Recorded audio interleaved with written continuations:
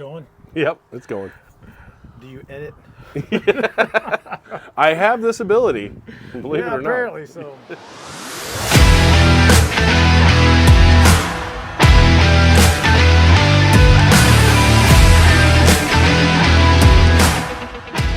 All right, John, brother. So here we are out here at Tombstone Gun Range this morning. Mm-hmm. So we've been getting together and doing classes for a couple of years now, and it's been an awesome journey for sure.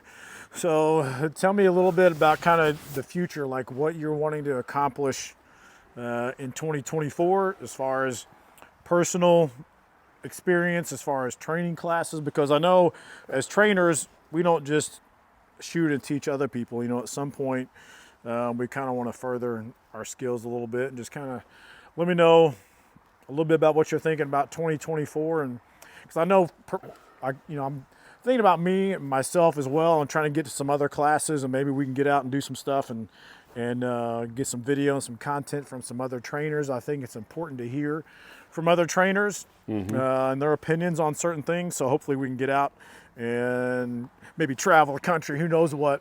But curious to kind of hear what your thoughts are on 2024. Yeah, so we launched Righteous Savages, shameless plug, for about 2.5 months ago, back in September. It had been a dream of ours for probably, we've been talking about it for months. I had wanted to start a podcast for a long time, but the reason behind it was really to equip and activate, like-minded men in faith and training and discipline. And I think that probably for me, the biggest thing for 2024 is probably I want to become a more disciplined person than I already am. Learning those things, and we talked about this in a recent episode of having finding our weaknesses and turning those into strengths. Not allowing our weaknesses to define who we are, but actually turning those into strengths. So a couple of things for me, just early in 2024, I'm running a half marathon and I hate to run. So leaning into that, trying to actually start training for that. I'll spend hours in the weight room, but you put me on a treadmill and I want to get off after about 15 minutes. So I'm leaning into that. And I think that for me, what I want to see for myself in 2024 is just developing that discipline in multiple ways of my life and multiple areas. Making sure that I am being spiritually disciplined too. Making sure that I am always engaging the parts of my life that need to be engaged in my walk with God, in my training on the range, in my just leaning into those weak spots that I've identified and continuing to identify them. For us as a two dudes that are doing some really cool stuff, I want us to branch out and start our tactical training, getting that rolling, and I think you guys are going to really, really enjoy those. I want to also see us really develop a bond in the brotherhood of Righteous Savages. We want to see people joining in the brotherhood. We're planning on hopefully having some campouts and some other events that are going to allow us to even dive a little bit deeper one-on-one with you guys to give you guys a better understanding of what it actually means to be a righteous savage, to be that person that stands up for truth no matter what it costs. And I think that's something that's missing in this day and age. So I want to see just a development of discipline in both us and the community that we are building and the brotherhood that we're building. Yeah, cool. So last May we did a tactical weekend, and we've probably got another one coming up May of 2024. So tell us about the tactical weekend a little bit and kind of what you hope to get out of a class like that. Well, ironically, I think that's really what kind of launched this whole venture, was that we talked about how training classes were kind of more of that generic thing. You come in and shoot some rounds and you don't really get a chance to either tell war stories or connect on a personal level with anybody. It's really just get in and out, 5 hours, shoot some rounds, get some good information. I'm not saying that we're not getting good information through those classes, but I think that the shooting community and the brotherhood that we're talking about is something that's much more deeper than just even shooting guns. it's a way for us to connect, for us to grow together and build a community. And so I think that one of the things that we get out of this tactical weekend is we have a lot of time between our classes when we're cooking food, when we are doing, just sitting around a campfire after the classes are over. We get a chance to tell those stories, to communicate, to connect with each other. And I think that that's just invaluable in the community. Especially the gun community is a very, very tight-knit group overall. But I think that finding those like-minded people of faith and, warriors that may not have a purpose, guys that maybe they've lost a lot of things in their personal life, having that place where guys can come and it be a place of community and a place of getting together and spending time together, along with the training and having fun, man, that's a recipe for, it sounds like a lot of fun to me, and it sounds like a lot of building each other up too. Awesome. Can't wait, brother. Yep. All right, Dave. So one of the biggest things that I think, and I'd like to do, I think we'd do a full podcast episode on this, but let's talk briefly about discipline. I know I talked about it in a little bit earlier, but what is discipline, and what does discipline look like in your life, and how you handle that, and what you'd like to see improve over the next year? Yeah, well, discipline, I guess, is kind of like a journey. You never get good enough or exactly where you want to be doing anything, but it just depends kind of what you're interested in. I think the first step is just a good, honest self-evaluation of where you are. So where you are, depending, it could be a lot of different topics or areas. It could be your health, or it could be your job, it could be your finances, it could be a lot of different stuff. And I think it's daunting for a lot of people to think, well, I'm not doing very good in this one area of my life, and it's going to take a whole lot for me to get where I need to be. And so people see that long journey that it's going to take, and it's too overwhelming, and they think, why should I even start, because this just is not possible. So I've always tried to break it down. For me, if I wanted to learn a new skill, whether it was with guns or the firearms industry or my law enforcement career, if it was some new law that was coming out or learning case law that was relevant to my job, it was always about just taking one small step at a time. And so in law enforcement, there's a lot of different aspects to your job. Knowing the law, knowing what the rules of engagement for you on what you can and can't do on the street is very important. So in that realm, it was a little bit every day of reading case law, reading Supreme Court cases, reading, things that were relevant to law enforcement, what other guys had done wrong, done right, and trying to build my knowledge base up a little bit at a time. If you try to figure out, you can't just go to law school and figure out everything in 2 weeks about how the law works. It's going to be way too overwhelming. So taking one little step at a time, it's like they say, how do you eat an elephant or a horse? One bite at a time. So you got to have that mindset, and then understand that it's a very long process. And that way, when you do have bumps in the road of a bad day or a bad week, you realize that you're just not trying to accomplish this in a week or two. Sets whatever your goals are. If you decide, hey, I want to lose 10 pounds, make your goal 10 weeks from now, not a week away, so that when you do hit bumps and setbacks, that it's not completely destroyed, and you realize you have a lot more time to get that accomplished. So make sure your mindset is it's a longer journey, a longer process, and then you take it one little step at a time. And at some point, you've got to understand, what it is that is important, the kind of the why behind you're doing it. Like, why do I want to get better at whatever? And so if you don't have a good reason for that, then when the bumps in the road do come along, you won't care about getting back on track, because it won't be important to you. So a lot of people, whether it comes to their relationships or their health or whatever, there's not really a good reason behind why they're wanting to do anything. And if the reason is, well, I want to, for example, if I wanted to be healthier, what are some reasons for why you want to be that? Well, because I want to be around longer. I want to be here for my wife, my husband, my kids, my family. I want to be here to enjoy those lives. That's a pretty good why. And so when it gets tough, hopefully your foundation is that. Or just in life as a Christian, every day we're bombarded with all kinds of stuff from the world, temptations, whatever. And how do you fight that? How do you battle through those moments? You better have a really good foundation of why it's important for you to battle and why it's important for you to fight. And you focus on the foundation, your faith, though you focus on the end game of where we're going to end up one day. And you let those things motivate you and keep you on track. If you're really not quite sure why you're going to delve into any new Year's resolution, new goal, you better figure out what the purpose is behind it first. If it's just a fad, like, I just think I'll get a gym membership. We know how that works. That lasts about a week and that's over with.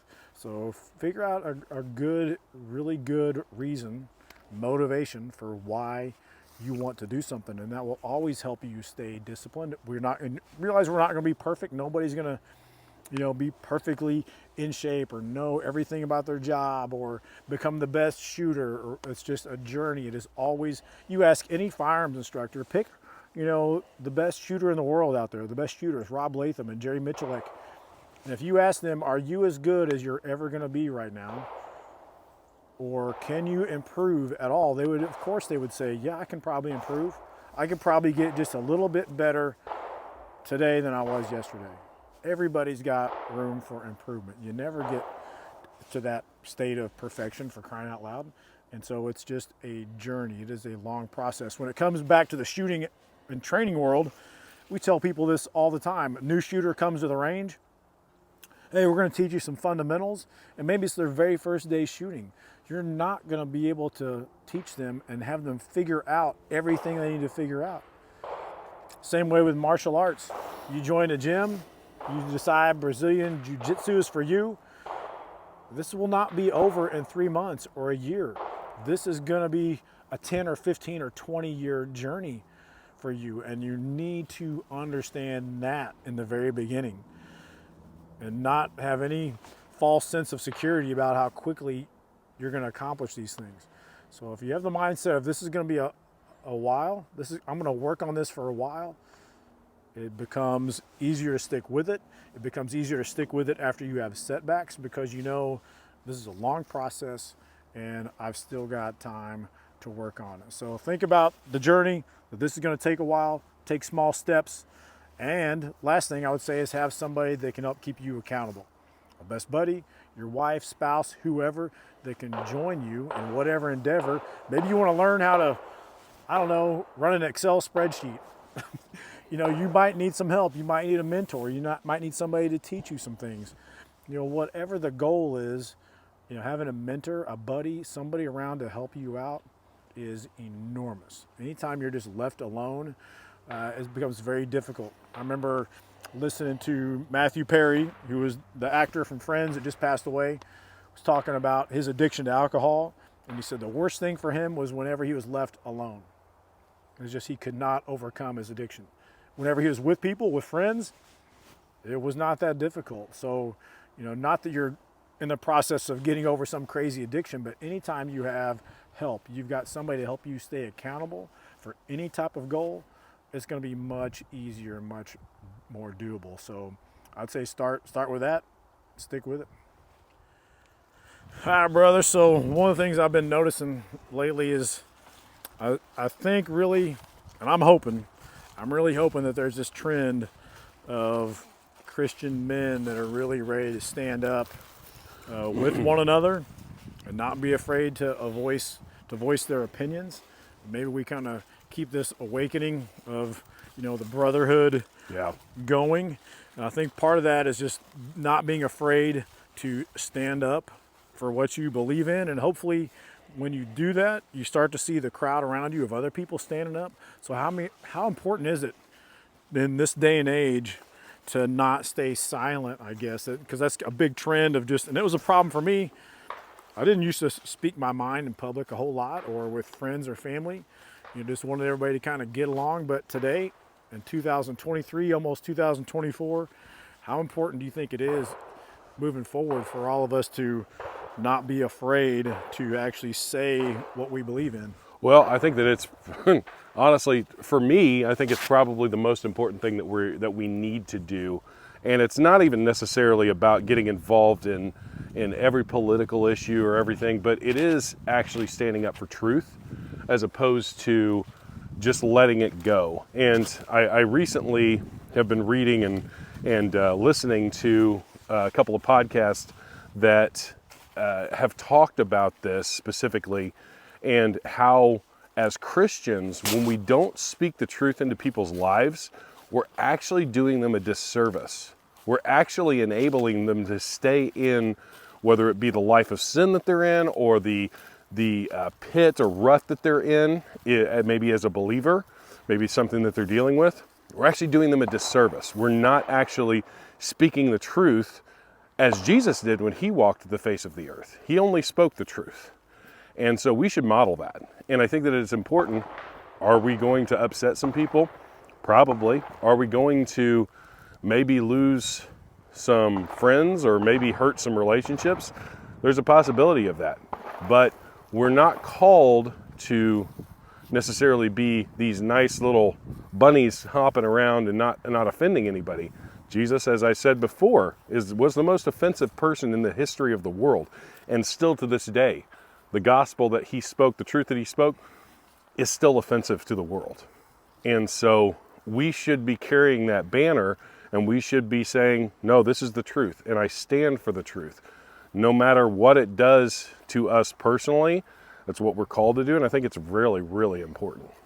Yeah, I think one of the things that I see today a lot in culture is that just believe whatever you want. You've got your truth, and your truth might be you believe in whatever religion, whether it's being a Muslim or a Mormon or a Buddhist or whatever. And a lot of people will tell you that there's many ways to God. Yep. As a Christian, Jesus does not say that. He does not say that you can just make up your own way to God. He actually said there's only one way. And I'm the way. There's only one way. So as Christians, are we supposed to go out and sugarcoat it and tell people, you know what? I don't want to tell you that you're wrong necessarily. Do you just stop the conversation, or do you actually, in a loving way, tell them, you know what? Here's what the Bible says. Here's what Jesus himself said, and let people deal with that information however they want to. And I think for us, we probably should not shy away from that. I completely agree with that. I think that we're in a place where the self-defined truth is leading people into despair, whether they want to admit it or not. A lot of these people that are doing these outlandish things, like, cutting off body parts, doing things like that. Nobody, in my opinion, in their right mind would do that. And I think that we're searching for the answer. We already have the answer. Jesus is the answer. He said that in his word.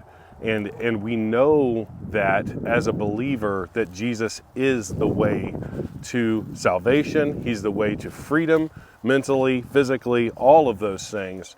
And when we don't stand up, when we don't actually say the things that need to be said, as I said earlier, we're doing a disservice, but also we're hiding the light of the gospel under a bushel. And we don't have to church it up. We don't have to have a perfectly performed church service to share the gospel. In fact, most of the time, if you look at in the Bible, when the disciples, when the apostles were sharing the gospel, they were sharing it in people's homes. They were sharing it as they went through their life. So I think one of the things that we should be striving for in this upcoming year, as we see this brotherhood start to emerge, this awakening in men within the church and within culture, is we should be speaking the truth. And it's going to offend some people.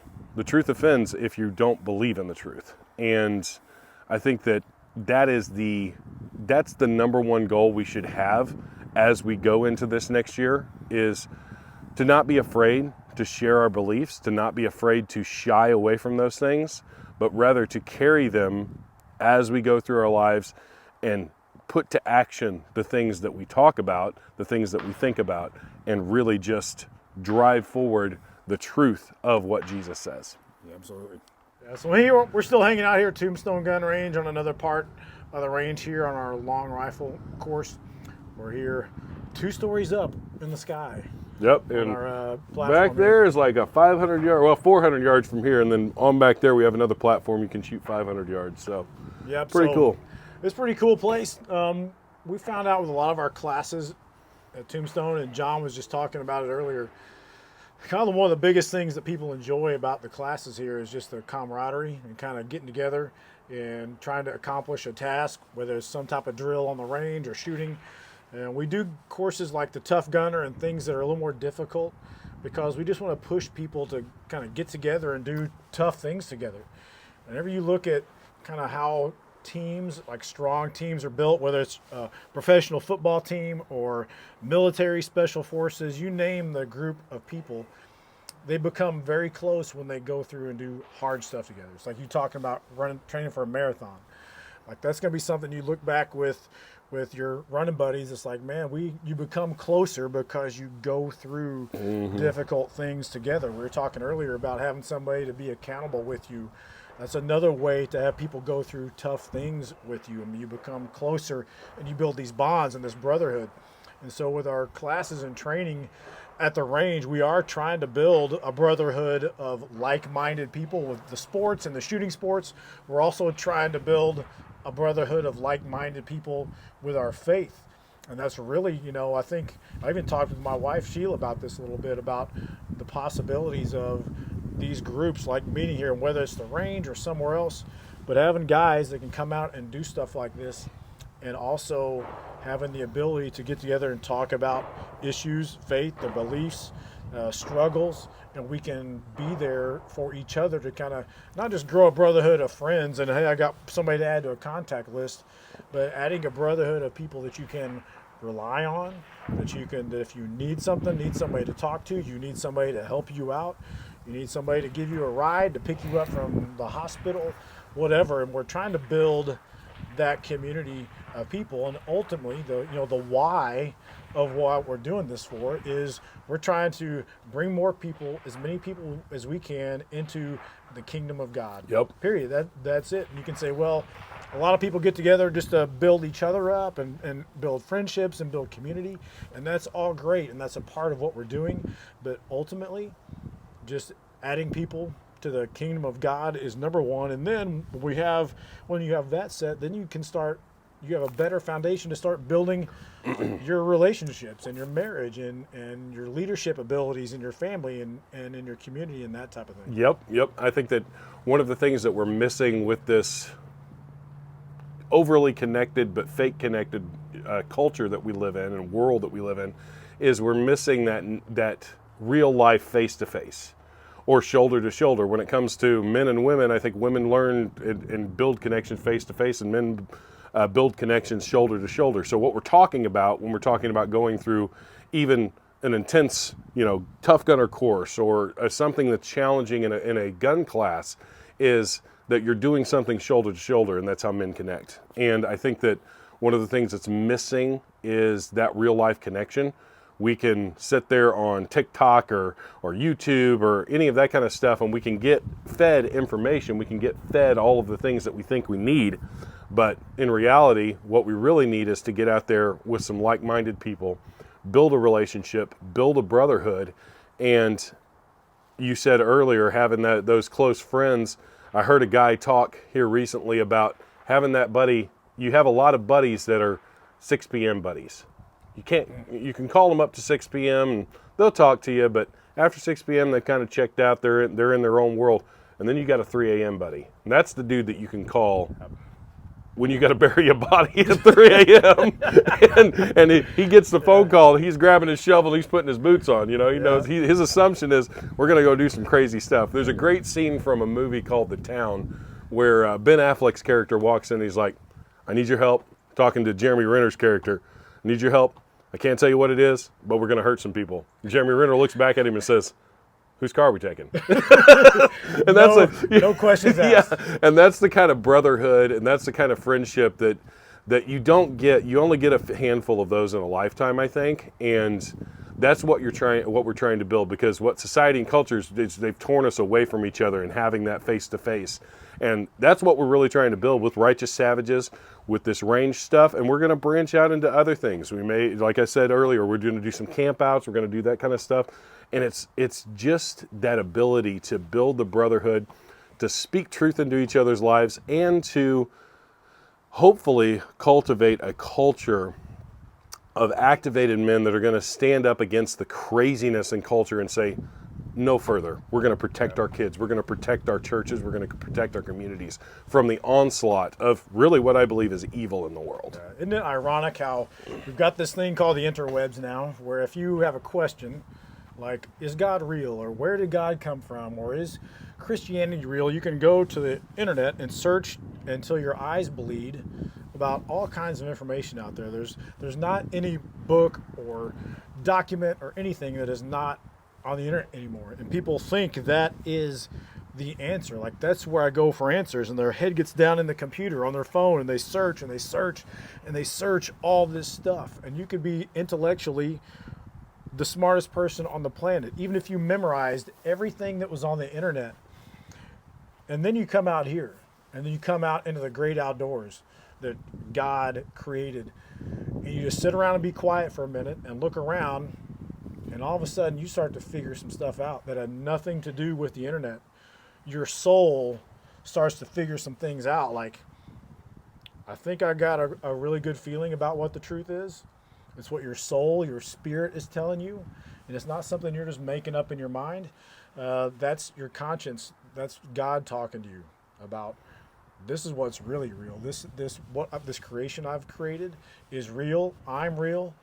I'm here to save you. He's holding his hand out, reaching out, and all you got to do is reach up and take it. And so we get outside, we get to a place like this, and man, we really start to connect, and your soul opens up, and it sounds all kind of, wishy-washy to say that kind of stuff, but it's the truth. It's what we were really designed for, is to be together with other people, to be outdoors, to be doing stuff, to be learning, to be mentoring, and being that type of person.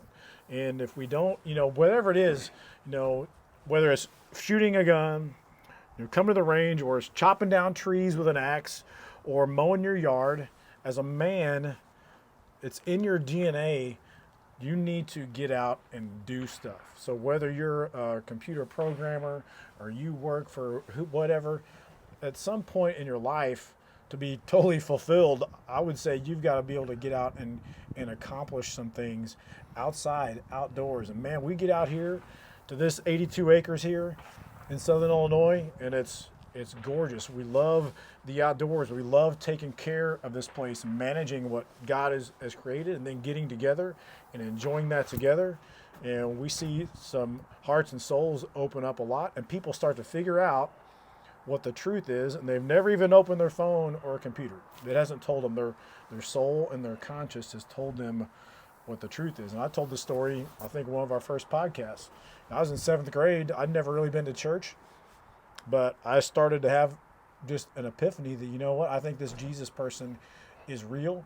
Nobody ever told me that he was. Nobody ever sent me to Sunday school once a week. I didn't go to church 3 times a week. Nobody brainwashed me to think that way. I just knew it in my soul.